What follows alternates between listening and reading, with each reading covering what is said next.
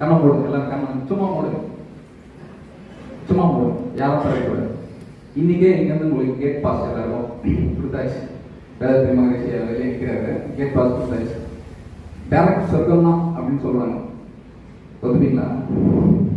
கேளுங்க, பதில் வெளியே சொல்லுவாங்க, அவங்ககிட்டே கேளுங்க. சொர்க்கத்துக்கே போலாம் அப்படின்னு சொன்னா கூட நம்ம ஒத்துப்போமா அப்படின்னு கேளுங்க.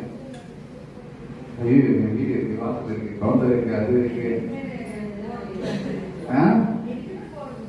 என்னைக்கோ போறோம், இன்னைக்கு போறீங்களா? என்னைக்கு கூப்பிடுறோம் அன்னைக்கு போறோம், அன்னைக்கு திருப்தியா போறோம்ன்றதுதான் எங்க விஷயம். அந்த நிறைவு நம்ம வாழ்க்கையில் இருக்கா? ஏன் இல்லை? நம்ம ஏற்படுத்திக்கிறோம் அப்படி இது வரைக்கும் என் வாழ்க்கை இப்படிதான் இருக்கு அப்படிங்கிறத நம்ம உணர்ந்துருக்குமா? ஏன் நம்ம பொருளாதாரத்தில் நம்ம ஏதாவது ஒரு விதத்துல ஏற்றமாகவோ தாழ்வாகவோ இருக்கும், இல்லை வந்து ஏதாவது ஒரு விதத்துல பிரச்சனைகள் வீட்டுக்குள்ள, எந்த வீட்டில் பிரச்சனை இல்லை, எல்லா வீட்லையும் தான் பிரச்சனை இருக்கு. எல்லாத்தையும் புரிஞ்சுக்கிட்டோம் அப்படின்னா இது பாரமா இருக்கா? நம்ம தலையில பாரமா இருக்கா? என்னைக்காச்சும் பாரமா நம்ம உணர்ந்துருக்கோமா? அந்த மாதிரி நம்ம பிரச்சனை ஆகிடும்.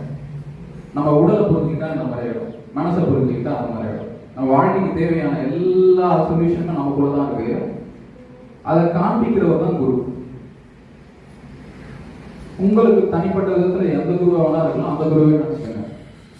அவரு சொல்றதை நம்ம 100% கடைபிடிக்கிறோமா அப்படின்றத மனசாட்சிக்கு நீங்களே கேள்வி வெளியே சொல்ல தேவை.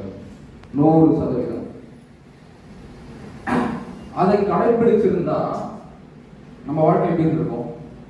ஆரம்ப காலத்துல பண்ணிப்போம், அதுக்கப்புறம் அது தொடர்றதா இல்லையா அப்படின்றத நீங்க கேளுங்க.